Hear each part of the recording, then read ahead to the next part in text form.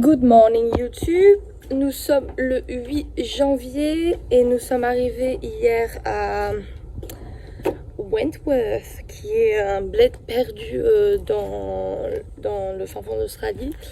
Et c'est là qu'on fait nos fermes. Du coup je vous ai filmé quelques trucs dans le train, rien de foufou.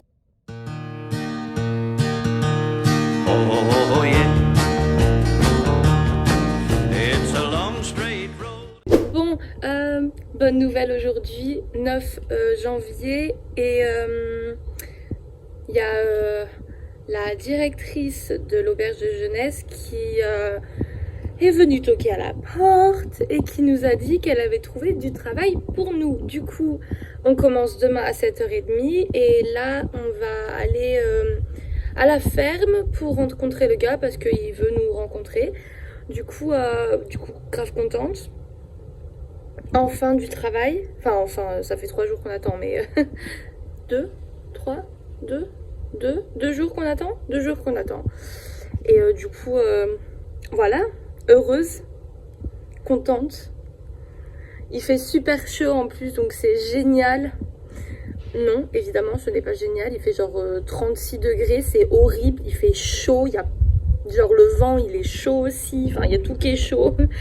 C'est horrible, ça va être super de travailler dans le chaud demain, mais bon, en plein cagnard, enfin bref, je sais même pas ce qu'on fait. Mais je vous tiendrai au courant un peu plus tard dans la vidéo pour vous dire ce qu'on fait. Et voilà, je vous ferai des petites vidéos pour vous montrer le désert australien dans lequel on se situe à l'heure actuelle. Et voilà, ça change de Sydney, hein, c'est pas aussi cool.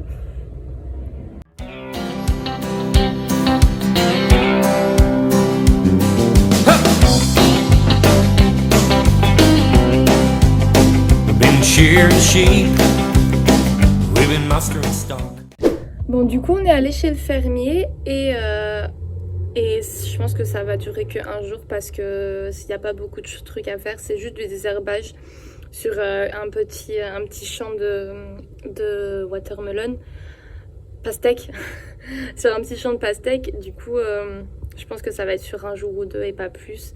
Et en fait, normalement, à cette période de l'année, il devrait y avoir beaucoup de travail dans les fermes, mais bon, évidemment, à cause du coronavirus, les frontières du pays sont fermées et du coup, il n'y a pas de nouvelles personnes qui rentrent. Parce que je sais pas si vous le savez, mais quand on est en Working Holiday Visa comme moi, si on veut faire une deuxième année, on est obligé de faire 3 mois de ferme. Et si on veut faire une troisième année, on est obligé de faire 6 mois de ferme. Du coup, les personnes qui travaillent dans les fermes, c'est surtout des étrangers. Et donc du coup, comme il n'y aura pas de nouvelles personnes rentrant dans le pays cette année, il y a beaucoup de fermiers qui n'ont pas fait pousser et qui ont arrêté d'arroser leurs plantations pour éviter de perdre de l'argent évidemment et parce qu'il n'y aura personne pour récolter. Du coup voilà, c'est pour ça qu'il n'y a pas beaucoup de travail et c'est également pour ça que... Qu'est-ce que c'est ? Bon, tant pis. C'est également pour ça qu'on travaille dans les fermes là à ce moment-là, puisqu'on va bientôt commencer à faire les 6 mois qui sont nécessaires pour l'obtention d'une troisième année. Du coup voilà. Ah, et aussi, Sydney, c'est la merde niveau corona, et Brisbane, qui est l'endroit où on veut aller, qui est dans un autre état, est également dans la merde. Et il y a la nouvelle version anglaise du coronavirus là-bas. Du coup, franchement, c'est mieux qu'on soit perdu dans le fin fond du trou du cul du monde. Dans le countryside de l'Australie. Du coup, voilà, c'est pour ça qu'on est ici. C'est pas plus mal. On va avoir une voiture. J'ai pas mon permis, mais c'est pas grave.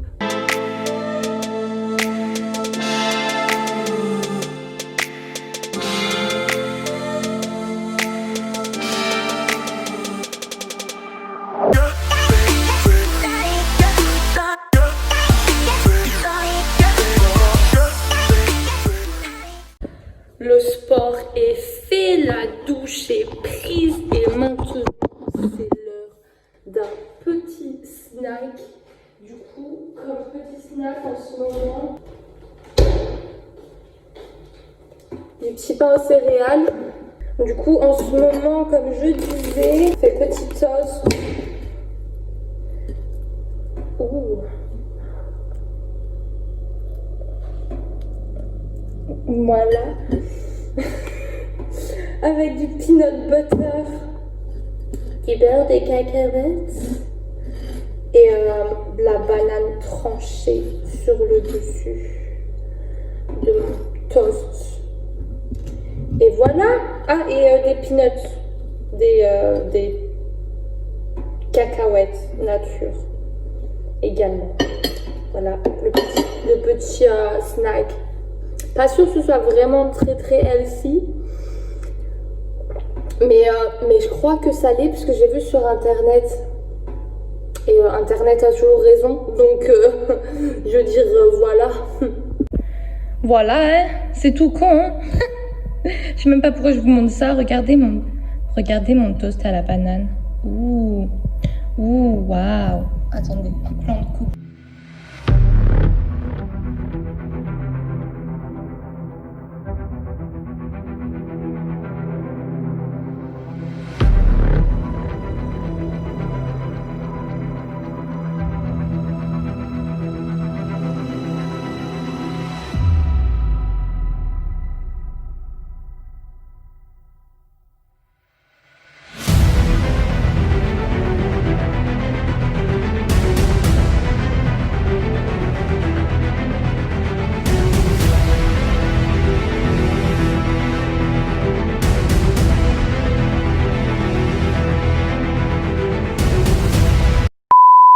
Bon, du coup, vu que demain on travaille dans les fermes, il faut qu'on se fasse un lunch.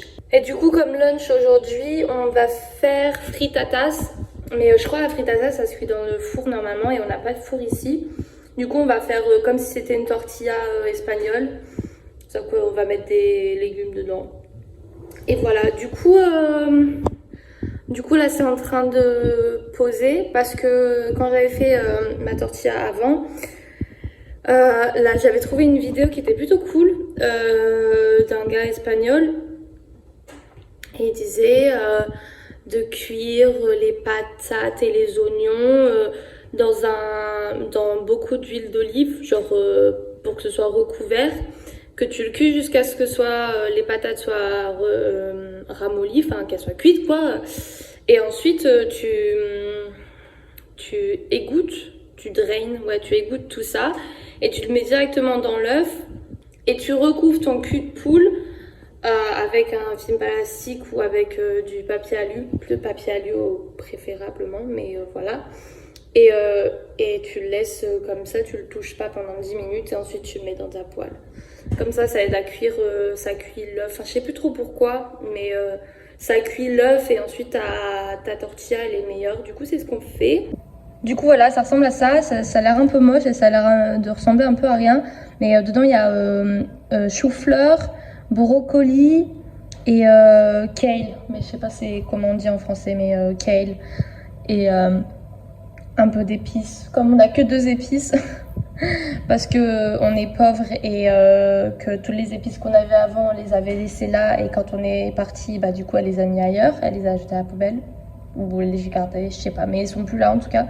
Du coup, on n'a plus que du paprika fumé et cajun seasoning. Du coup, on a mis ça, paprika fumé et cajun seasoning. Et on mettra un peu de coriandre une fois que les 10 minutes seront passées. Parce que du coup, bah, j'ai pas envie de l'ouvrir et faire sortir toute la chaleur. Du coup, voilà le plan. On verra à quoi ça ressemble. Ok, bon, du coup, une tortilla ou une frittata, c'est censé contenir beaucoup d'huile, ou sinon, pour la frittata, être cuit dans un four, ou sinon être cuit dans une poêle anti-adhésive. Bon, évidemment, on est dans une auberge de jeunesse. Évidemment, il n'y a pas de poêle anti-adhésive, ou si on a des poêles anti-adhésives, elles ne le sont plus. Du coup, comme on est healthy, On met pas trop d'huile, on a un peu d'huile de coco mais pas plus. Et du coup, quand on a retourné la frittata, attends, je vais vous montrer. Bon, ça a donné ça. Ça a un peu collé à la poêle, mais bon, c'est pas devenu débrouillé, donc à voir comment le dessous va se cuire.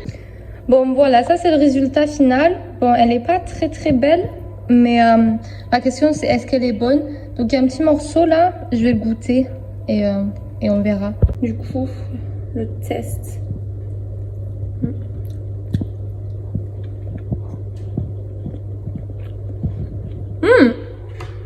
Non, c'est bon. C'est pas beau, mais c'est bon.